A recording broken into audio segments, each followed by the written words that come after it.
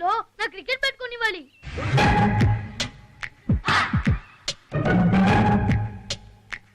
First salary ఏంటండి?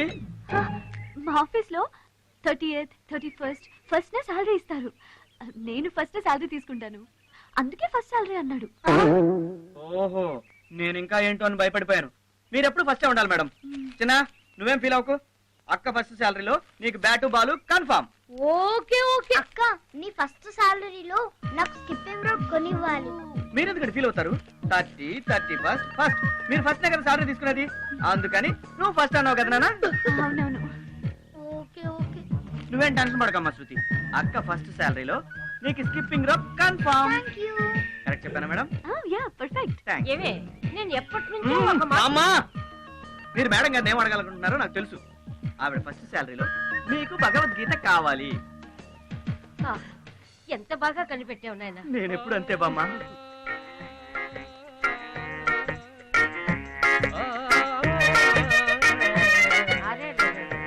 నీ రాగం చాలా బాగుందయ్యా. ఈ భక్తిని భరించలేకపోతుంటే మధ్యలో ఈ భజన ఒకటి. అంకుల్, ఈ పాట ఏం బాగలేదు, మీరు పాడండి. నేనా? నాకు రాదు. పరా. అయితే నీకు ఉద్యోగం కూడా రాదు. చిల్లిపి పాటగా నేను పాడతాగా, నేను పాడతాగా, నేను పాడతా. గురువు గారు, మీరు కొంచెం పక్క జరగండి, నేను కూడా పాడి వినిపిస్తాను. జరగండి. అలాగే. నమో నమః. Thank you. ఎందరో మహాను. అబ్బా, అవుట్. పట్టుకోకపోతే నేను అవుట్. కొత్త బాలా? బ్యాట్ కూడా కొత్తదే. వీటి కోసం బామ్మని బౌల్ చేసావా? నోను, బామ్మ అంపేర్, ఎప్పటికీ అవుట్ కాదు. మరి ఎవరిని అవుట్ చేసావు? నువ్వు మేనేజర్ని చేస్తానన్నా ఆ బక్రాని. ఎవరు? కృష్ణనా? యా, ఒక్క బ్యాట్ ఏంటి? చలికాలానికి స్వెటర్, వర్షాకాలానికి రెయిన్ కోట్, స్కూల్ కి వెళ్ళడానికి సైకిల్. నా లైఫ్ లేనికి వాడి లూప్ లైన్. ఒరేయ్, చాలా ఎక్కువ చేస్తున్నావు. నువ్వు మాత్రం తక్కువ చేసావా? తన జాబ్ నువ్వు కొట్టేసి నీ లైఫ్ నే సెటిల్ చేసుకున్నావుగా. అన్ని విషయాలు ఇంట్లో చెప్పడం నాది తప్పు. అయినా వేస్ట్ ఫెలోని ఇలాగే బుక్ చేయాలి. ఒరేయ్, అతను ఎంబీఏ చదివాడు. ఎందుకు? ఫస్ట్ సాలరీ అంటే హాఫ్ నికర్ కానీ. నాకే అర్థమైంది. ప్యాంట్ వేసుకున్నాడు, 31st ఫస్ట్ అంటే నమ్మేశాడు. హాడు వేస్ట్ ఫెలో కాదా? మంచి జాబ్ ఇస్తానని నమ్మిస్తే అతని ప్లేస్ లో నేనున్నా నమ్మేదాన్ని. అది నిరుద్యోగుల వీక్నెస్. నీకు చెప్పినా అర్థం కాదు. లోపల ఉన్నాడు, వాడికి అర్థమయ్యేలా చెప్పు. యథా యథా హి ధర్మస్య గ్లానిర్భవతి భారత అభ్యుత్థానమధర్మస్య తదాత్మానం సృజామ్యహం. ఇప్పుడు ఇంకోటి. కృషితో నాస్తి దుర్భిక్షం అంటే కష్టపడి పనిచేస్తే దుర్భిక్షం దానంతరం అదే వస్తుంది. శిష్య, బామ్మా, నువ్వు చాలా తప్పు చెప్తున్నావు. ఏ కష్టపడి పని చేస్తే దుర్భిక్షం అదే పోతుంది. పోతుందా? స్లిప్ అయింది. ఇప్పుడు ఇంకోటి ఇస్తాను, కాసుకో. ఆ ప్రకారంగా అర్జునుడు ఆంజనేయుడితో, బామ్మా, కృష్ణుడు అర్జునుడితో. మేడం, నువ్వు భగవద్గీత తెప్పించావా? అయ్యో, బామ్మే అడగలేదండి, నేనే తీసుకొచ్చాను. ఎందుకండి ఇవన్నీ? మీ దగ్గర డబ్బులు ఎక్కువగా ఉన్నాయా? అయ్య బాబాయ్, అలా ఫిక్స్ అవ్వకండి మీరు. అది రూమ్ రెంట్ అండి. ఎలాగో నెక్స్ట్ మంత్ జాబ్ వస్తుంది, రెండు కలిపి ఒకేసారి కట్టేద్దామని. పైగా వీటి కోసం మీరు ఫస్ట్ సాలరీ వచ్చే వరకు ఎందుకు వెయిట్ చేయడం అని తీసుకొచ్చా. మీరు ప్రాబ్లమ్స్ లో ఉండి కూడా ఏంటిదంతా? మీరు చేసే హెల్ప్ తో పోల్చుకుంటే ఇదో పెద్ద ఖర్చా అండి. ముందు నేను చెప్పేది వినండి. మీరేం చెప్పదు. మీరేం చెప్పినా మేనేజర్ నాకు చెప్పండి, వింటాను. అది కాదండి. ఏం లేదు, ఫిక్స్ ఫిక్స్ అంతే. బామ్మ, బాయ్. టాటా. ఓకే, ఉంటానండి.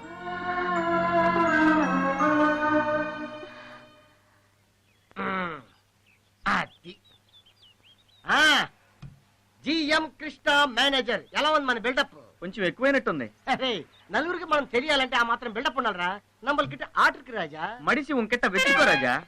రేయ్, మన చేతి రాత బాగుంటాయి కదరా, మన తలరాత బాగుండాలి. మనం మేనేజర్ అవ్వాలంటే ఆ దేవత కరుణించాలి. అప్పుడియా? అప్పుడిద్దా. తమిళ రాదనుకుందాను, బాగానే వచ్చిందే. Okay, GM Krishna in. Excuse me, ఎవరు కావాలండి మీకు? కృష్ణ గారు ఉన్నారండి? ఆ మేజర్ కృష్ణ గారా? అవునండి, ఆయన. ఆయన లోపల బిజీగా ఉన్నారు. ఆయనతో మాట్లాడాలి. ఓహో, మీ పేరేంటి? సింధు. సింధు, 1 సెకండ్. నీకోసం ఎవరో ఒక అమ్మాయి వచ్చిందిరా. అమ్మాయి? అమ్మాయే. అమ్మాయిని బయట వెయిటింగ్ లో పెట్టా, నీ వెయిట్ పెరుగుతుంది. పేరేంటంట? పేరు సింధు అని చెప్పింది. ఊరి నీ అయ్యా, మనకు అన్నం పెట్టే దేవత ఆవిడేరా? దేవత? ఆ, హలో మేడం. హలో. సారీ అండి, క్షమించాలి. రేపు మా వాడు మేనేజర్ అయ్యాక ఎట్ట ఉంటే బాగుంటుందని జస్ట్ బిల్డప్ ఇచ్చానంటే. ఏడ్చోలే, మా ఇద్దరికి కాఫీ పట్టరా. అట్టాగే. అయ్యో ఆయనకి ఎందుకండి శ్రమ? పర్వాలేదండి, ఊళ్ళో బేవర్స్ గా తిరుగుతుంటే ఇంటి పని వంట పని చేస్తాడని నేనే తీసుకొచ్చా. ఎరా ఆ టైపే. ఏడ్చోలే, వెళ్ళి కాఫీ పట్టరా. మీరు కూకోండి, తీసుకొస్తాను. రండి, లోపలికి వెళ్ళి మాట్లాడుతున్నాం. పర్లేదండి, మీకు విషయం చెప్పాలని వచ్చాను. నా ఇంటర్వ్యూ గురించా? అవును, జాబ్ వచ్చినట్టేనా? రాలేదు, ఇక ముందు కూడా రాదు. ఆ రోజు నేను మీలాగే ఇంటర్వ్యూకి వచ్చాను. అమ్మలేదు. మా నాన్నగారు వైజాగ్లో చిన్న లాయర్, కానీ ఏమీ సంపాదించలేని పరిస్థితి. అమ్మలేని లోటు నాకు తెలియకుండా పెంచారు. ఇప్పుడు ఆయనకి హెల్ప్ చేయాలని హైదరాబాద్లో మా బంధువైన బామ్మింట్లో ఉంటూ ఉద్యోగ ప్రయత్నాలు చేశాను. అందుకే మీకు లేనిపోని ఆశలు కల్పించి ఈ జాబ్ నేను సంపాదించాను. ఈ విషయం మీకు చెప్పాలని ఎన్నోసార్లు ప్రయత్నించాను, కానీ మీరు నాకు అవకాశం ఇవ్వలేదు. నాకు ట్రాన్స్ఫర్ అయింది. ఇప్పుడు ఈ విషయం మీకు చెప్పకపోతే ఆ పాప నన్ను ప్రశాంతంగా ఉండనివ్వదు. నేను మీకు చేసిన అన్యాయానికి జాబ్ రిజైన్ చేయాలని నిర్ణయించుకున్నాను. మీరు రిజైన్ చేసినంత మాత్రాన ఆ జాబ్ నాకే వస్తుందని గ్యారంటీ ఉందా? దేనికైనా రాసి పెట్టి ఉండాలండి. అయినా అది మీ తప్పు కదండి. మీ అవసరాలు మిమ్మల్ని అలా చేయించాయి. ఇన్ని రోజులు ఈ విషయం తెలియక మిమ్మల్ని చాలా ఇబ్బంది పెట్టాను. సారీ అండి.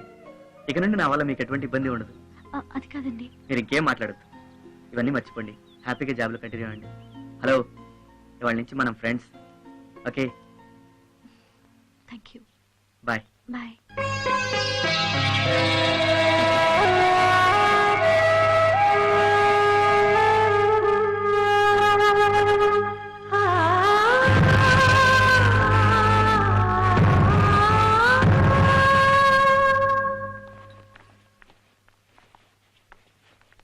నాగమను, అరకు వెళ్ళి మాథ్యూ గారికి రికమెండేషన్ లెటర్ చూపించానంటే వైజాగ్ లో నాకు జాబ్ వస్తుంది. నువ్వేమో నా కూతురు లైఫ్ సెటిల్ చేయి అని నా ప్రాణాలు తీస్తున్నావు. ఇదేమో ఉద్యోగమని అరకు వైజాగ్ అంటూ ఊళ్ళెళ్తానంటుంది. నలుగురి చేత నన్ను చీకొట్టించాలని ఇద్దరు కలిసి ఎంత బాగా నాటకం ఆడుతున్నారో. ఈ పెళ్లితో దీని పీడ వదిలిపోతుందనుకుంటే తెలివిగా తప్పించుకొని నా పరువు తీయాలని ప్లాన్ చేసింది. రేపు మగ పెళ్లి వాళ్ళు వచ్చి ఆడపిల్ల ఏది అని నన్ను అడిగితే ఏం సమాధానం చెప్పమంటావు? నిన్ను చూపించమంటావా? నిన్ను చూపించమంటావా? చేసుకుంటావా ముచ్చటగా మూడో పెళ్లి? నన్ను గదవం చేయడానికి ఎన్ని నిన్ను కన్నందుకో. నువ్వు మనిషివేనా? ఎల్లుండిగా పెళ్లి చూపులు, నేను వస్తాను. రాకపోతే? వస్తానని చెప్పిన తర్వాత వస్తానంతే. రాకపోతే నేనేంటో అప్పుడు చూపిస్తా.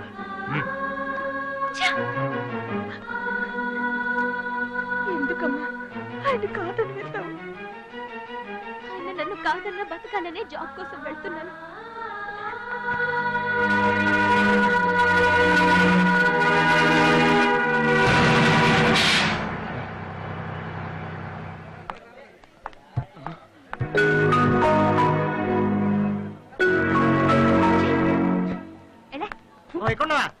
Happy journey. ఏంటి హ్యాపీ? పోలందే ఎక్కింది, ఇంకేముంటది? చేతికిచ్చే ఏంటి ఇచ్చేది? బ్యాగు. 7 సేవలు వెళ్ళు. బాయ్. ఓకేనా, bye. Tata. Birla. Driver, right right.